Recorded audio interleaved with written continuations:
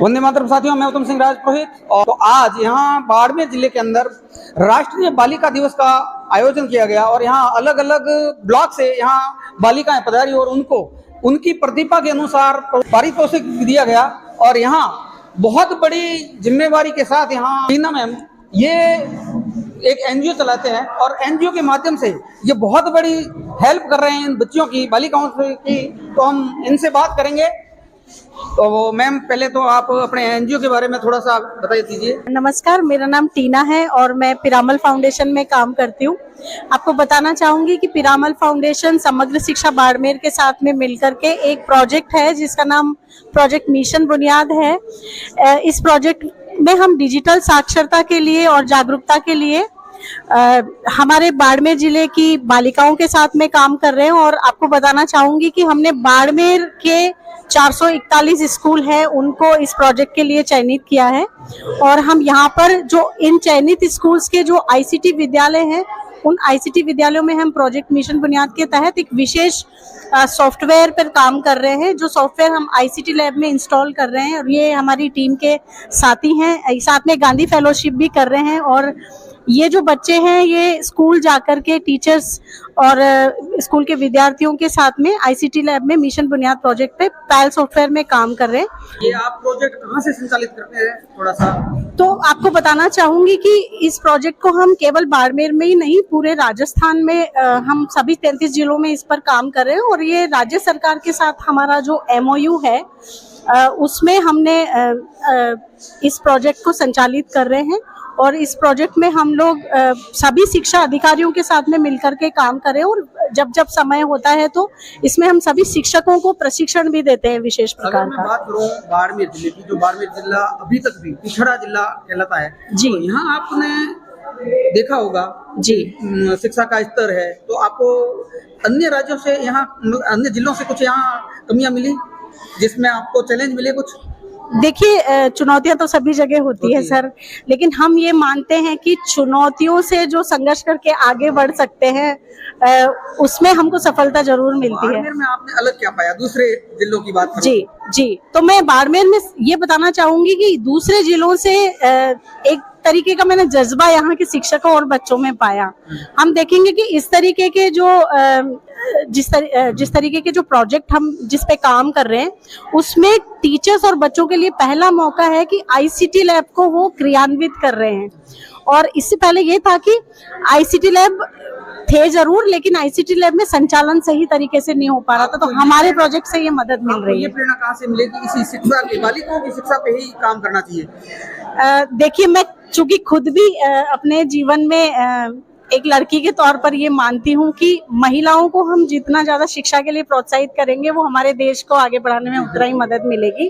तो मेरा ये उद्देश्य है और मेरा सपना भी यही था कि मैं शिक्षा के क्षेत्र में काम करूं। और मेरा सौभाग्य है कि बाड़मेर जैसी जगह में मुझे काम करने के अवसर मिले। मैं लास्ट 10 ईयर से यहाँ पर काम कर रही हूँ और मैंने यहाँ विभिन्न प्रकार के अनुभव शिक्षकों और बच्चों के साथ में और अधिकारियों के साथ में प्राप्त किए। और मैं ये मानती हूँ कि मैंने जितना भी काम किया है उससे मैं कहीं ना कहीं हमारे यहाँ शिक्षक साथियों को और जिले के शिक्षा विभाग को अपने कार्य से मदद कर पाई हूँ। और आगे भी मैं ये विश्वास रखती हूँ कि हमारे जिले की 60,000 बालिकाओं को जिनको हम लाभान्वित करना चाहते हैं वो बालिकाएं आगे बढ़ के और हमारे जिले का नाम रोशन करें। आपका? सुखविंदर। आप क्या कहना चाहेंगे? सर, मैं बस यही कहना चाहूंगी कि पिछले 1.5 साल से मैं बाड़मेर में काम कर रही हूँ। और जब मैं यहाँ आई थी तो बाड़मेर में कुछ समस्याएं थी हार्डवेयर को लेके। पहले बच्चों को कंप्यूटर का उतना नॉलेज नहीं था, बट 1.5 साल से काम करके अब हम बच्चों में वो मोटिवेशन देखते हैं कि वो खुद चाहते हैं कि हम लैब में जाएं, कंप्यूटर से पढ़ें। टीचर्स के सपोर्ट के साथ साथ वो आज लैब चला भी रहे हैं और वो काफ़ी हमारा प्रोग्राम उनको सपोर्ट भी करता है। कुछ इलाके ऐसे भी हैं सर जहाँ पे इंटरनेट नहीं आते हैं, तो हमारे प्रोग्राम की एक ये भी खासियत है कि वो बिना इंटरनेट के चलता है। जो रूरल है, जो मतलब रिमोट एरियाज है, तो वहाँ इंटरनेट के भी बच्चे आराम से कंप्यूटर से पढ़ाई कर आपको पाते हैं। हरियाणा से बिलोंग करती हूँ, तो मैं अभी अप्रोक्स 6 महीने से मेरा ट्रांसफर हुआ था, तब मैं यहाँ पे काम करी बाड़मेर में 6 महीने से हूँ।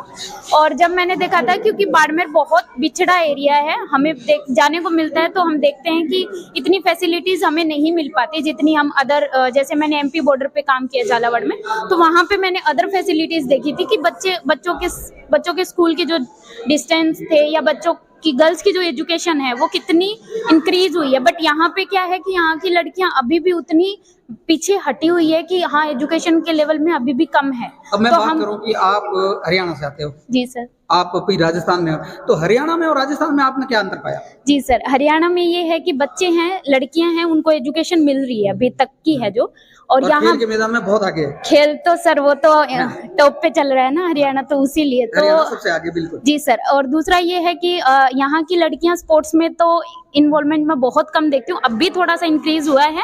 अगर हम देखें रूरल एरिया में, वहाँ पे आपको नहीं मिलेगी, क्योंकि बच्चियां एजुकेशन से नहीं जुड़ पा रही, तो स्पोर्ट्स तो बहुत दूर की बात है, इसीलिए। क्या नाम है आपका? मेरा नाम राजकुमार है सर। राजकुमार जी, आप भी हाँ, इसी टीम का हिस्सा है। इस टीम का हिस्सा हो, जी। इसी संस्था से जुड़े हुए। जी सर। तो आप बच्चियों को लेकर के, ये शिक्षा को लेकर के आप क्या विचार रखते हो, क्या सोचते हो कि बाड़मेर के अंदर कितनी जरूरत है अभी? और हाँ जी, तो सर 1.5 साल से बाड़मेर में काम करते करते ये अनुभव हुआ है कि बच्चे को जब मौके मिलते हैं ना, बच्चों को केवल एक मौके की दूरी है, बच्चे करना बहुत कुछ चाहते हैं। जब हम बाहर से आते हैं, राजस्थान के बाड़मेर जिले का नाम सुनते हैं, तो बहुत सारे लोग ये कहते हैं कि अरे बहुत पिछड़ा है, वहाँ जाके तुम सर्वाइव भी कैसे करोगे।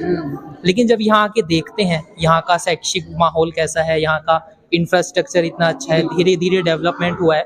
और यदि हम पिछले 20 सालों में देखें, जब हम पढ़ते हैं कि बाड़मेर के बच्चों ने, चाहे वो रूरल एरिया हो चाहे वो अर्बन एरिया हो, अलग अलग क्षेत्रों में बहुत सारे, बालोतरा से कई सारे आईएएस ऑफिसर्स भी निकले हैं पिछले कुछ सालों में। तो जो लोगों की धारणा है, वो धारणा कहीं ना कहीं मेरी भी थी थोड़ी सी कि बाड़मेर कैसा इलाका। बच्चों को मौके नहीं मिलते, अब जी। मौके मिलने लगे हैं, तो जी, उन्होंने अपनी मौके मिलने लगे हैं, वो आगे बढ़ रहे हैं। और पारुल संस्था जो एनजीओ संस्था है, उनके ये सभी कड़ी है, उनके सदस्य हैं ये, और इन्होंने बहुत ही बालिका शिक्षा को लेकर के, और वो भी सॉफ्टवेयर में बहुत ही शानदार योगदान दिया है। मैं मेरे कैमरामैन साथी सोहाई परमार के साथ उत्तम सिंह राजपुरोहित।